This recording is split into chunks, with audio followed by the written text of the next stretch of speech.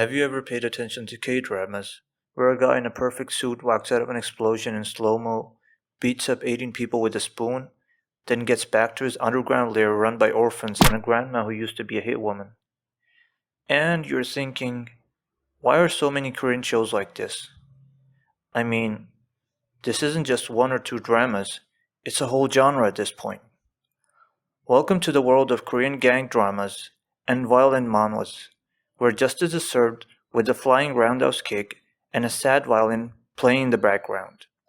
Once upon a time, K-dramas were all about slow motion crying and a mysterious illness that always showed up in episode 12.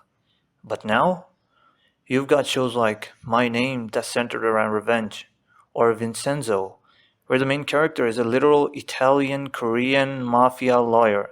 And yes, I did say that with a straight face. And manhwas?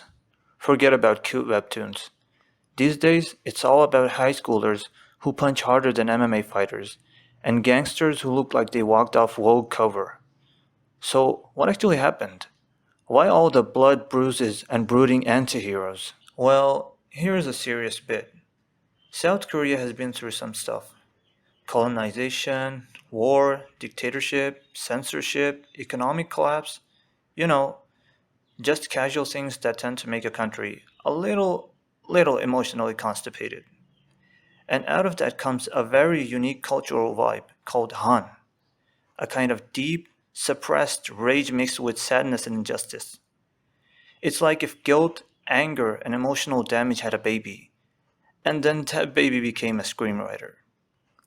So when you see a character losing everything crying under a street lamp, and then swearing vengeance while dramatic music plays, that's called Han, and it actually sells.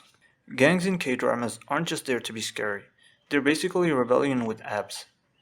The gangster is the guy who says, screw you, screw your system, screw your CEO dad, and screw your chaebol nonsense, all the while wearing a $3,000 suit and sipping soju. In Manhwa, the gang member or the fighter is often a misunderstood loner who's being bullied, abandoned, or betrayed. In other words, he's Batman, but with a jawline that makes mirrors insecure. These characters fight because it's the only power they have in a world that screwed them over. And let's be honest, we do love watching them punch their way to emotional closure. Ever read Lookism? Weak hero or viral hit? Apparently, Korean high schools are just anime fight clubs. Every day someone's getting curb stomped between math class and lunch. And yet, these stories do seem to work. Because the violence isn't just random, it's a metaphor. It shows how brutal the real world can feel for kids stuck in a system that only cares about grades, status, and who your dad is. If you can't punch your teacher in real life, watching someone else do it in glorious full-colored splash pages feels like therapy. Aggressive, illegal therapy.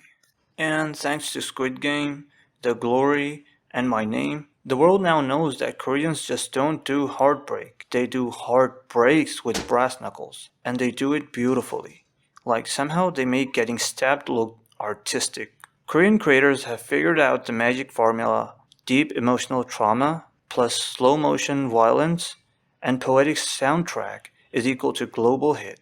And some found family, a tragic backstory, and a villain who is 70% handsome and 30% evil, a real boom. So, why are there so many Korean dramas and manhwas full of gangs, violence, and underground fight clubs? Because it reflects something real. Pain, frustration, and a desire to take control in a world that often feels rigged. And honestly, watching someone beat up injustice in a tailored suit is just awesome. Is it healthy? Probably not. Is it satisfying? Absolutely. Now, go watch your favorite fight scene and pretend you didn't just learn something about Korean history. Don't forget to like, subscribe, and comment with your favorite scene. I'll be judging you, but gently.